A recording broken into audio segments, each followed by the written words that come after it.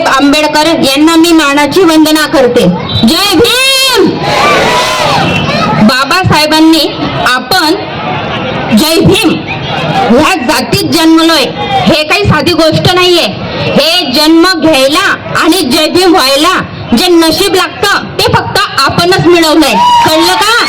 कळलं? बाबासाहेबांनी जी राज्य घटना लिहिली आहे हा घटनेचा अधिकार फक्त आपल्याला नाही, देशात सर्व जाती धर्म पंथ भेदभाव सगळं मिटून सगळ्यांवर बाबासाहेबांनी राज्य घटना लिहिली आहे. त्या राज्य घटनेमध्ये सगळ्यांना असे अधिकार दिले, स्वतंत्र व्यक्तिमत्व मानलेलं आहे. या बाबाची बी जी कन्या आहे, जी मी मुलगी आहे, आज मला अभिमान आहे. आज त्यांच्याचमुळे मी ह्या लोकनियुक्त नगराध्यक्ष पदावर विराजमान झालेली आहे.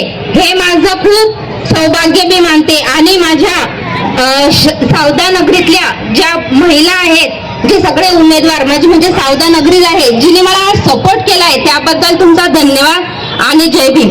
आज आपण आपल्या इथे शौर्य दिन आहे. हा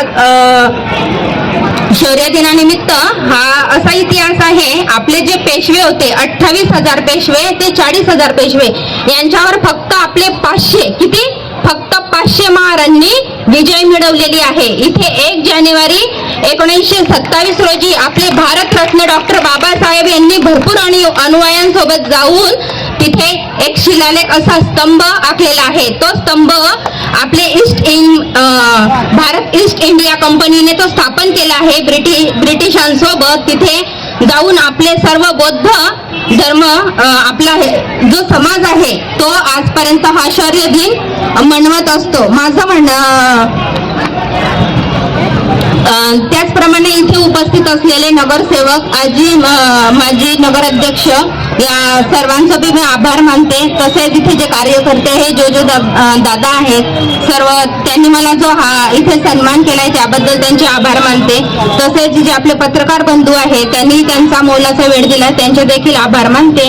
आणि असे अनेक प्रकारचे जे कार्यक्रम असतील त्यात मी सहभाग होईल असंही मी आव्हान देते. जय हिंद, जय महाराष्ट्र, जय भीम.